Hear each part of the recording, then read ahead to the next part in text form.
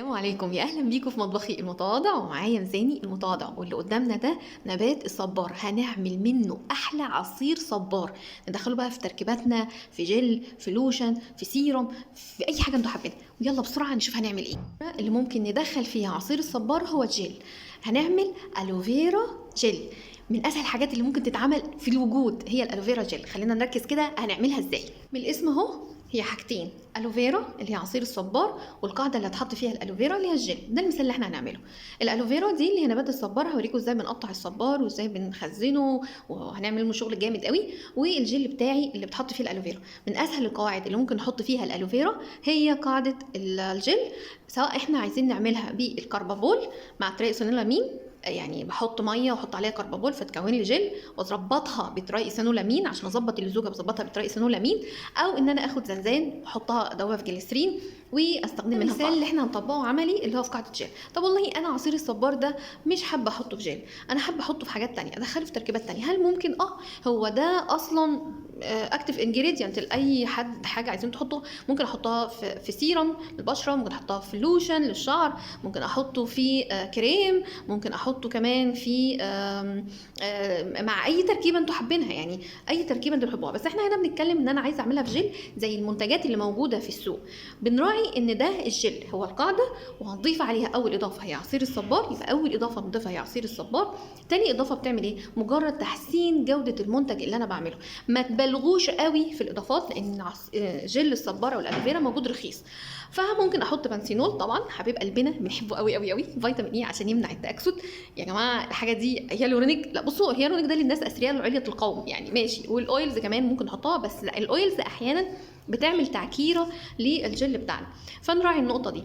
اي اضافه انتوا حابين تحطوها حطوها، مفيش اي مشاكل، بس براعي البي اتش بتاعتي تكون مظبطه لو انا هستعمل كربابول وترايسانول. ما ننساش هنحط طبعا ماده حافظه للمنتج ده عشان نحافظ على وجوده اطول فتره ممكنه. ممكن استعمل ماده حافظه زي توتال جارد موجوده في فارمالوج، او استعمل فينوكسي حلو قوي برضو يمشي معانا. اللون والريحه اللي انتوا حابينها، او تسيبيها من غير لون حلو ممتاز.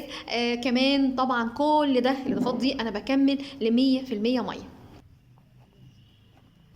ويلا بقى تعالى نشوف التركيبه بتاعتنا هتبقى عباره عن ايه. اول حاجه كربابول، اللي هو هنعمل بيه قاعده الجل الاول، بيبقى 7 من 10 ل 6 من 10%، يعني 7 جرام لكل لتر. طبعا بنظبط الكربابول ده بالزوجه بتاعته، يعني حسب الزوجه اللي احنا عايزين بتاعه الجل، بتراي ايثانول امين، يعني هنا بتعتمد على حسب مزاج الشخصي. كمان بنحط بعض اللي هي العصير الصبار، اللي هو اول اضافه رئيسيه في المنتج بتاعنا، وانا هستخدم التركيز 30%. والتركيز ده حلو قوي ومناسب جدا جدا جدا كمان. تالت حاجة احنا طبعا بنحط البنسينول، والبنسينول ده من الحاجات اللي بتزود زي ما قلنا حلاوة المنتج. ممكن نحط بقى كمان يعني فيتامين اي، والفيتامين اي ده هيشيل التأكسد وبيدي قيمة للمنتج، ومش محتاجين اكتر من نص في المية. يعني مش عايزة اضافات كتيرة يا جماعة، مش عايزة اضافات كتيرة خالص، بس ده اكتر اضافات ممكن نضيفها. جليسرين 2%. عايزين تقللوا كمان من الاضافات قللوا، يعني عايزين تقللوا من الحاجات دي مش موجودة. احنا الاساس بتاعنا هو العصير الصبار. الزيوت انا مش هستخدم غير زيت ورد عشان يديلي ريحة كويسة. يلا بينا للجزء العملي. هختار الصبرايه القلبوزه اللي نقدر نطلع منها احلى جل. انا خدتهم بقى كده على الحوض عندي وغسلتهم غسله محترمه 100 100 كده، وقمت بقى يعني منشفاهم ومنضفاهم، مش عايزه فيهم اي بقى لا تراب ولا اي حاجه.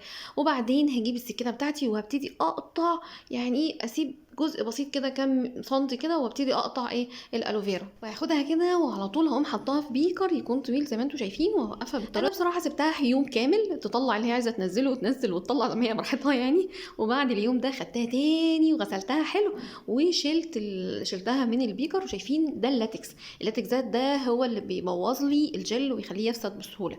وغسلتها تاني وحطيتها بقى في بيكر يكون نظيف، وهاخد منها واحده واحده وهوريكم ازاي هنقطعها. لتقطيع الالوفيرا، الطريقه اللي انا يعني بستصعبها شويه، اللي انا هقولها لكم عليها الاول دي، ان انا هقطع الجزء الاولاني كده الاول. في كل الاحوال هنقطع الجزء الاولاني وهنقطع كمان الجزء الاخراني. انا مش هقطع كتير لان انا قطع قبل كده. وهنبتدي نقطع كمان الجزء ده. انا بقى عايزه اشيل ايه؟ عايزه اشيل الشوك اللي موجود ده هشيله، وهشيل الشوك من الناحيه التانية. هو الهدف ان انا اتخلص من الغلاف الخارجي للصباره واحصل على الجزء الشفاف اللي جوه. بس اراعي ان ما يكونش فيها اي لاتكس او ماده صفراء من موجوده تحت بالظبط الجلد اللي بره ده الاخضر ده. ابتدي بقى اقطعها كده زي ما انتم شايفين اربا وهاخد جزء منها كده وهنقطع ببساطه. اشيل طبعا الشوك الاول، وبعدين في ايدي ببتدي اقطع الجزء اللي هو الخارجي من الناحيتين. انا قلبتها اهو وهبتدي اشيلها. انا عايزه اقول لكم ان الدنيا سهله جدا وبسيطه قوي كمان وسلسه وحلوه. شايفين انا عايزه اشيل الجزء ده، شايفين فيه فوق حته صفرا اللي هو اللاتكس ده، انا برضو مش عايزه اخده، عايزه اشيله. وهشيل من فوق كمان، وهشيل كل الجزء اللي انتوا شايفينه ده انا هتخلص منه علشان اضمن ان الجل اللي انا هاخده اولا يكون شفاف، ما يبقاش فيه اي لاتكس فيبوظ لي الالوفيرا بتاعتي، ان هي ممكن تقعد معايا. على فكره انا شخصيا لما بعملها بتقعد معايا ب6 شهور وبالسنه كمان. اهي الجزء الشفاف اللي انا خدته في حته صغننه خضرا اهي عندكم، انا هشيلها هي كمان. اتخلص منها، اللي هي شايفين الحته الصغيره قوي دي انا هشيلها اتخلص منها زي ما انا خلصت كده. هاخد بقى الشفاف ده وهغسله تاني. لاحظوا ان انا بغسل كتير، انا عايزه يعني تبقى نظيفه.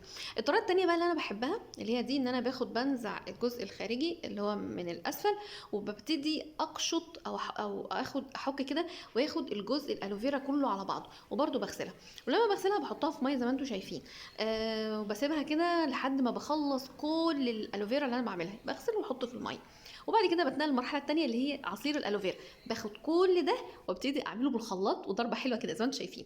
ده بقى هو عصير الالوفيرا. عصير الالوفيرا ده ممكن تاخدوه بقى وتستعملوه في الغسولات، في الصابون، في الشامبوهات، حتى في ما لا تتخيلوه، حتى في لوشن التساقط بتاع الشعر. الجل انا بحب احطه على النار زي ما انتم شايفين كده، هحطه على النار وهبتدي اغليه لحد ما يطلع لي الريم الابيض ده. هشيل كل الريم اللي موجود ده وانقيه خالص، عشان انا عايزه جل يكون نقي وما يفسدش ويكون يعني حلو قوي.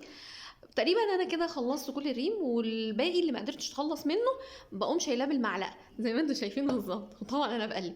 تسالوني بقى انت بتقلبي ليه؟ مش عارفه، وانا كنت قاعده بقلب يعني، بس مش فاكره انا كنت بقلب ليه. هاخد الجزء ده وهبتدي احط في الاضافات بتاعتي. عندنا اضافات ايه؟